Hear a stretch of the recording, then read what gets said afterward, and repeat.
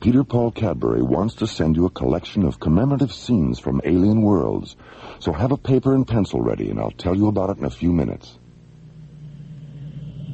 Slowly rotating at the edge of deep space, 1,000 kilometers beyond the atmosphere of 21st century Earth, is the Arthur C. Clarke Astronomical Observatory, Starlab. Here, Starlab Research Director Maura Cassidy and scientists and technicians of the International Space Authority watch over the countless stars and planets that fill the silent distances beyond the giant space station. This week, Maura Cassidy and space exploration team captains John Graydon and Buddy Griff cross the Himalayan parallel and encounter one of mankind's oldest legends on the high plateaus of Tibet, a land whose windswept frontiers guard the extraterrestrial secret of something pale and strange, something which has fallen to Earth during an interstellar journey between alien worlds.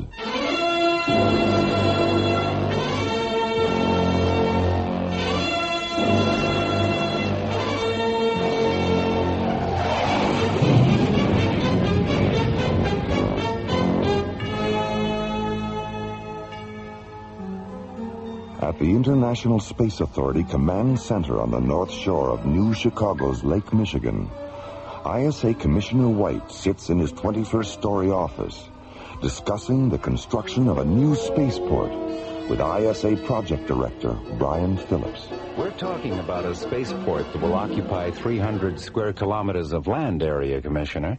And of the 4 available locations, only the Baja Peninsula coastal site and the South Pacific Islands site are situated on or near large bodies of water. Well, we both know the advantages of having spaceports near the water. Let's take another look at the pre-construction profile tapes for the Baja site. Commissioner. What is it, Katie? Com Center has a transmission coming through from the ISA tracking station at Tikal, Tibet. It's Major Lewis. Says it's urgent. All right, I'll take it in here. Patch him through. All right. Commissioner White? I'm here. Go ahead, Major. There's an alien spacecraft down in the Himalayan parallel, about 400 kilometers south of here. You're sure it's alien? Yes, sir. We tracked it from atmosphere entry to impact and recorded a full magnification scanner visual. Any chance of a storm covering up the alien ship with snow? Yes, sir, there is. That's why I flew a recon shuttle over the crash site this morning and dropped a radio marker beacon. Good. All right, Major Lewis.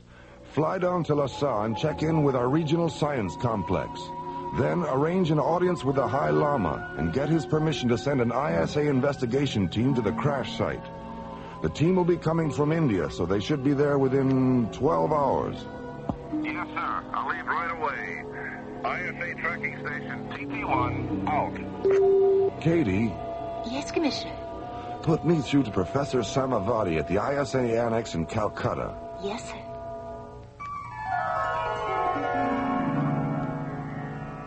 Half an hour after receiving Commissioner White's transmission, Professor Samavati sends an ISA security officer to Calcutta's Royal Hyperion Hotel with a message for Starlab Research Director Maura Cassidy.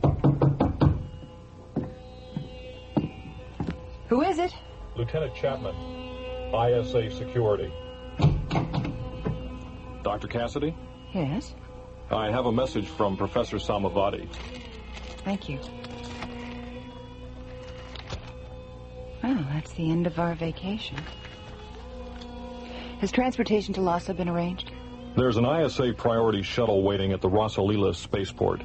Good. We'll be there in half an hour. Goodbye, Dr. Cassidy. Have a pleasant journey. Thank you. Tibet.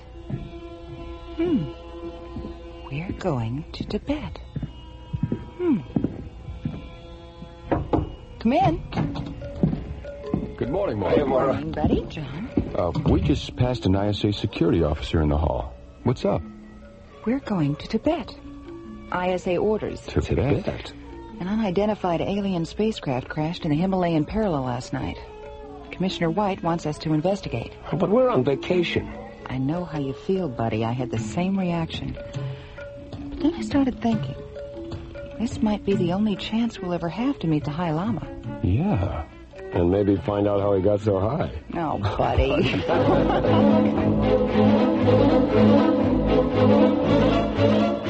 Alien Worlds will continue. Peter Paul Cadbury wants to send you a collection of commemorative scenes from Alien Worlds. 9 full-color illustrations from fantastic adventures like Earthlight and the Kilohertz War, and characters like Elon of Death Song and the Madonnas of Zanzibar.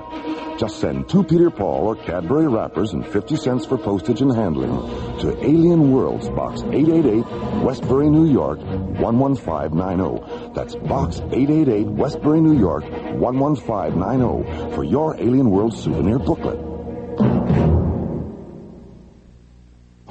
Sometimes I feel like a nut, sometimes I don't. Almond Joy's got nuts, Mounds don't. Almond Joy's got chocolate, coconut and munchy nuts too. Mounds got chocolate and chewy coconut. Sometimes I feel like a nut, sometimes I don't. Almond Joy's got nuts, Mounds don't. Because sometimes I feel like a nut, sometimes I don't. Sometimes I feel like a nut, sometimes I don't.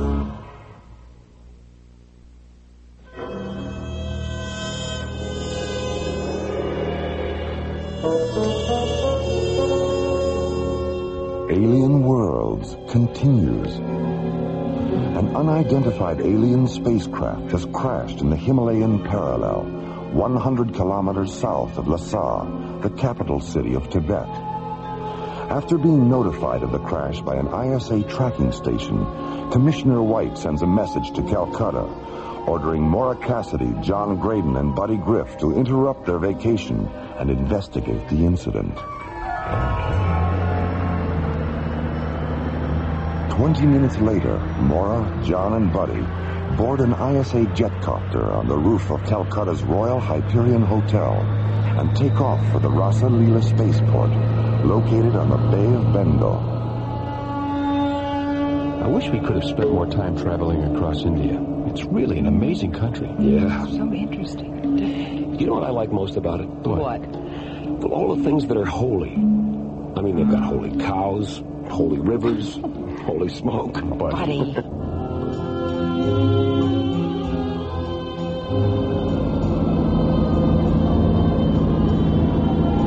10 minutes later, the jetcopter lands at Calcutta's Rasa Leela spaceport, where Maura, John, and Buddy board ISA Priority Shuttle 19.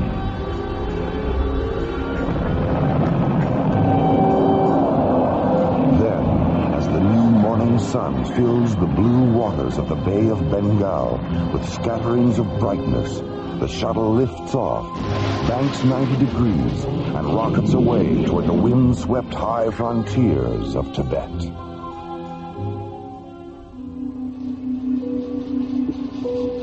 Lhasa Control, this is NCT Captain John Graydon, piloting ISA Priority Shuttle 19. Are you tracking us? Affirmative, Captain. Your landing coordinates are vector 031 at subvector 097. Roger. Come in on auto guidance and stay aboard after you set her down. Major Lewis will pick you up in a snow crawler. Roger. Shuttle 19 out.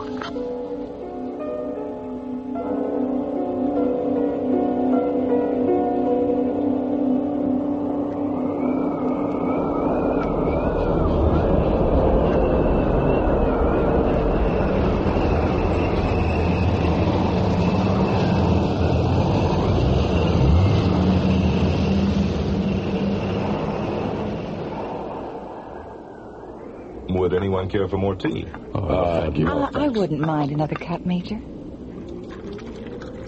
Here you are. Thank you. Well, when are we scheduled to see the High Lama? I don't know yet. Arranging an audience is, well, complicated. Oh? He rarely gets involved with the official business of the material world. An inner circle priest named Chang usually handles that. Well, when can we see Chang? We can leave for the Lamasery just as soon as Dr. Cassidy finishes her tea.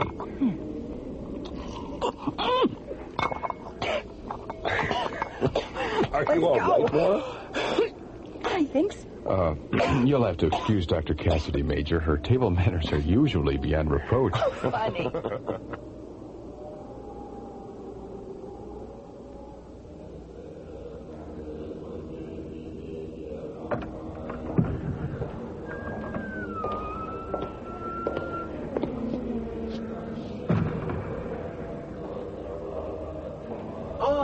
Major Lewis, good morning. Good morning, Chang. Good to see you. I'd like to present Dr. Maura Cassidy, Captain John Graydon, and Captain Buddy Griff. How do you do, sir? Nice to meet you. So, have you traveled here all the way from Starlab to investigate the fallen alien spacecraft? No, we were...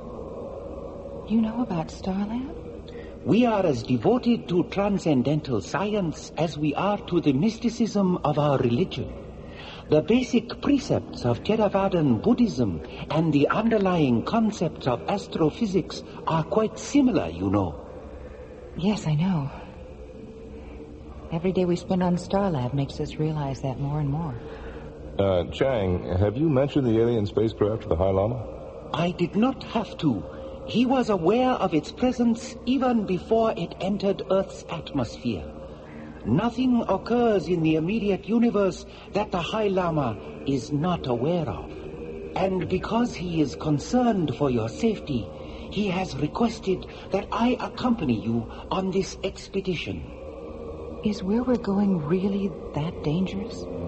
These mountains are haunted by things not of this dimension, Dr. Cassidy. Invisible things that hide in the ice and light and wind, waiting for the intruder to make his first fatal mistake.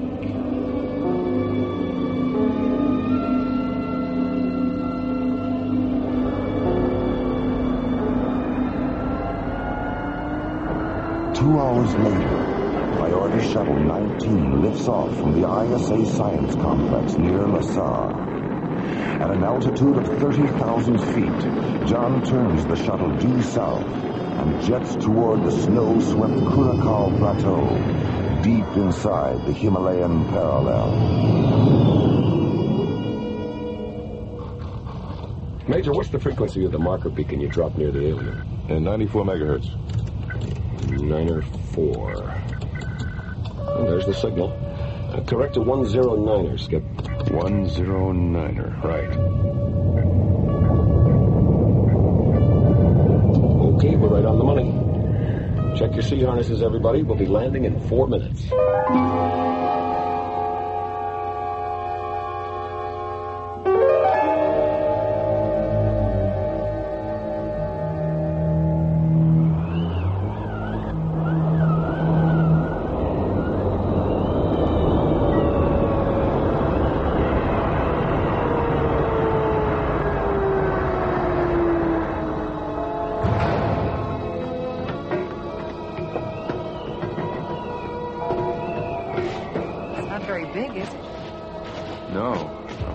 Buddy, are you thinking what I'm thinking? That it looks more like a multi-atmosphere drone than an interplanetary spacecraft? Yeah. What makes you think it's a drone? The size, for one thing. It's only about 12 meters long, so it couldn't have carried more than 10 or 15 minutes worth of fuel. Yeah. And look at the thruster nozzle. That kind of residue is a byproduct of short-range solid propellant, not long-range liquid. Well, the only way we can be certain is to take a residue sample into the shuttle and analyze it. Okay, I'll get the... What was that? Oh, did you hear that? It is the voice of the Yeti. The abominable snowman? His cries have echoed through these mountains for centuries.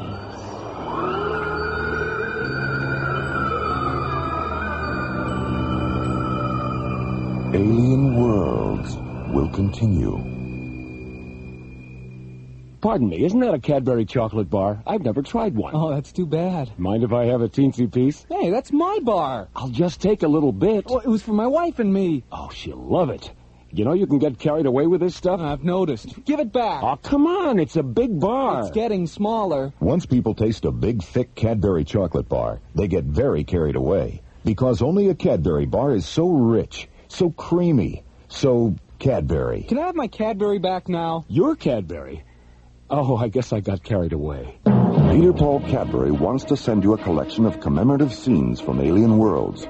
9 full-color illustrations from fantastic adventures like Earthlight and the Kilohertz War, and characters like Elon of Death Song and the Madonnas of Zanzibar.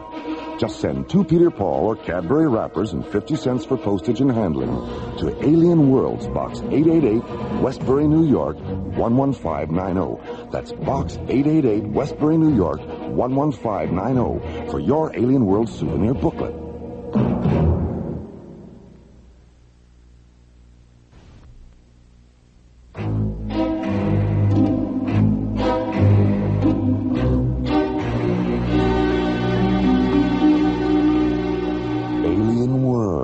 Continues. As Maura, John, and Buddy prepare to analyze an exhaust residue sample from the fallen alien drone, the cold Himalayan wind carries the sound of something wild and unearthly across the Curacao Plateau.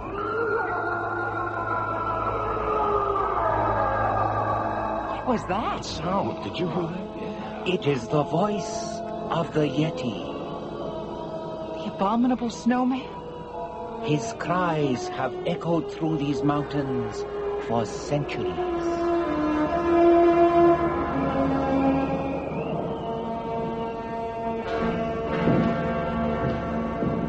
You two still at it? Maura, I thought you were asleep. Oh, I tried, but what time is it? A few minutes past midnight.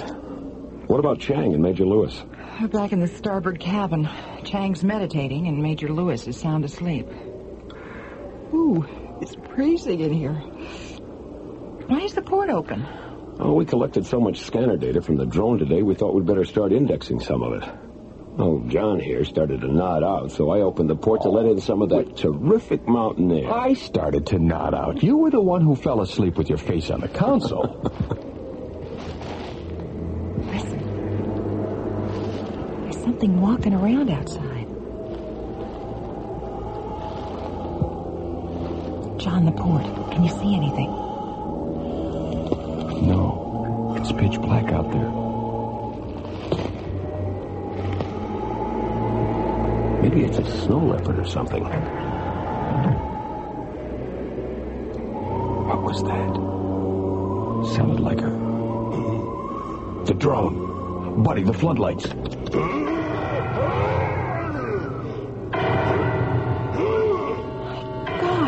It's a Yeti. Well, let's get out there. Grab a couple of blasters, buddy. Right.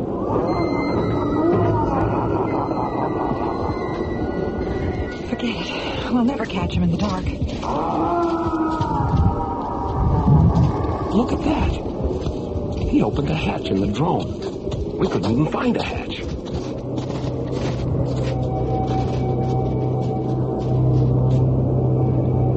Skip. What's inside, buddy? Wraps full of spare parts and tools. Looks like a maintenance depot in here.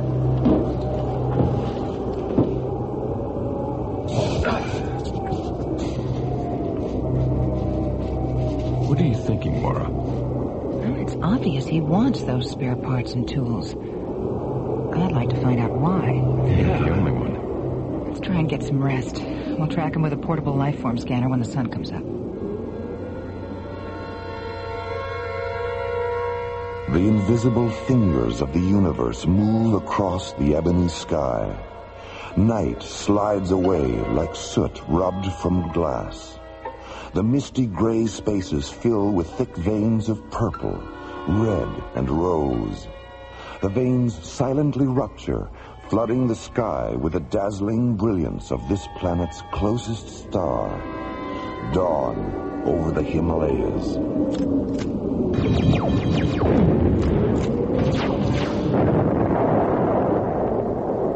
Okay, the laser pistols check out. Let's test the life form scanner. Stand over there, Maura. Okay, come on back. Okay, is everyone ready? Ready here. Chang? We are about to cross into an extremely dangerous area. deep crevices and chasms are hidden beneath the snow. So follow in my path and walk only where I walk. All right, don't worry. Lead on.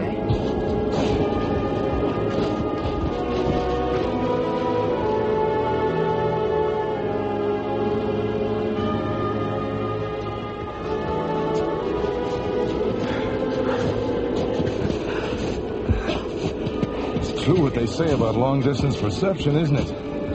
We've been on the trail 3 hours, and those peaks don't look 1 centimeter closer. Hold it. I'm getting something on the scanner. How far away? 200 meters to the left. Just over that rise. Check your weapons. Right. Chang, if there's any shooting, get behind me. As you wish, Captain Graydon. Okay, let's go.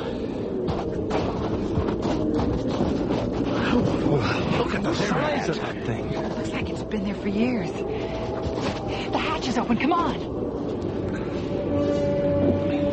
You're right, Mora. It is an old ship.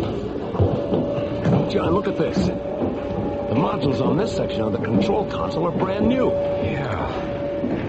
And it's warm in here. Auxiliary power must be out. John, buddy, there's a hibernation pod over here with 2 baby Yetis inside. Are they alive? They're sleeping. Listen.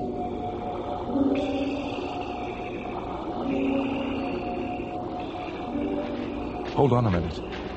There's something outside. Wait,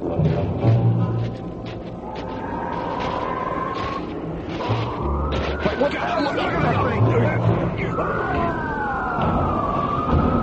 Major, don't! Damn you, Major. But that thing was about to fall. My children, please don't kill them. Guys. John, buddy, help me turn him over. Okay. Easy. Easy. Chang, he's bleeding to death. Do something. Captain Griff, my position's pouch on the floor behind you. Here. God, what have I done?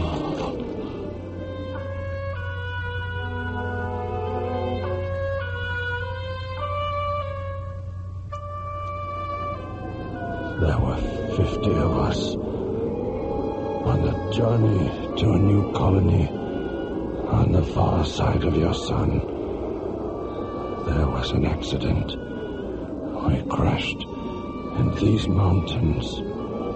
Mapadani and I were the only survivors. We lived in this ship for over 6 centuries. What became of Mapadani? She died last night after the drone landed.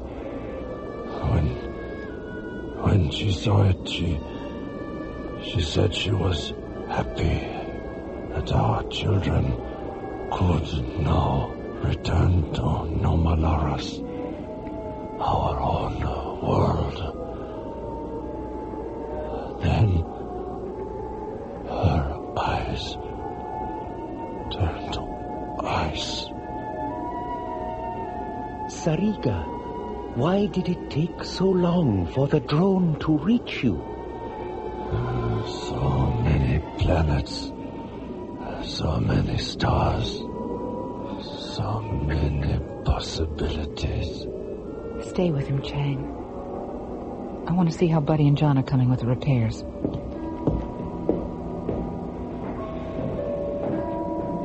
Take my hand, Chang. I sense something of me in you.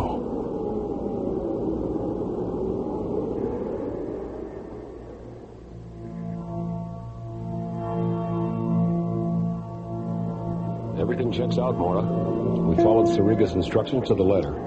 It really wasn't all that much to do. He'd finished most of the repairs himself. What about auto guidance? We cross-checked it 3 times. It's locked on a direct course for Nemaloris. And the 2 babies? The hibernation pod's life support system is functioning perfectly. Where's Major Lewis? He's walking around outside. He feels terrible about what happened. He made a mistake, Mora. It could have happened to any one of us. I'd better go talk to him. Good idea. Dr. Cassidy? What is it, Chang? He is dead. He asked that we bury him here. Yes, all right. Set the launch timer for 10 minutes, buddy. Right. All right. Let's take Sarika away from here.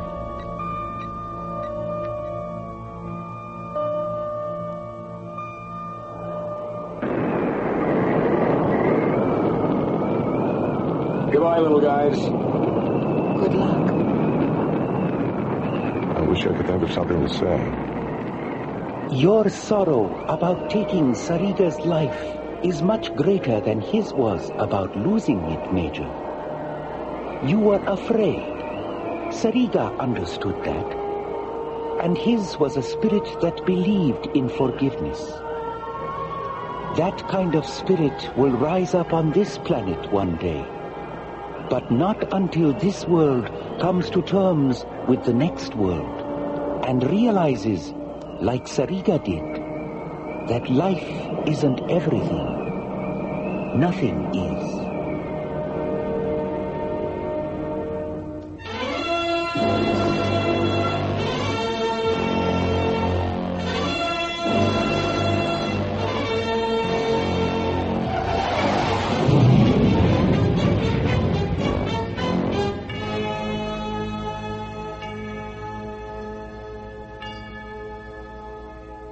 The Himalayan Parallel was written by Ron Thompson and starred Linda Gary, Chuck Olson, Bruce Philip Miller, and the Watermark Players, with special guest stars Philip Clark, Chuck Howerton, and Larry Moss.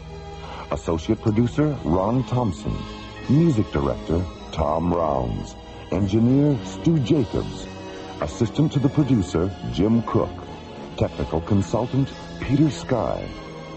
Alien Worlds was created, produced, and directed by Lee Hansen and is distributed by Watermark Incorporated. And so, until next week, this is Roger Dressler inviting you to join us for our next adventure from the elsewhere and elsewhen of Alien Worlds.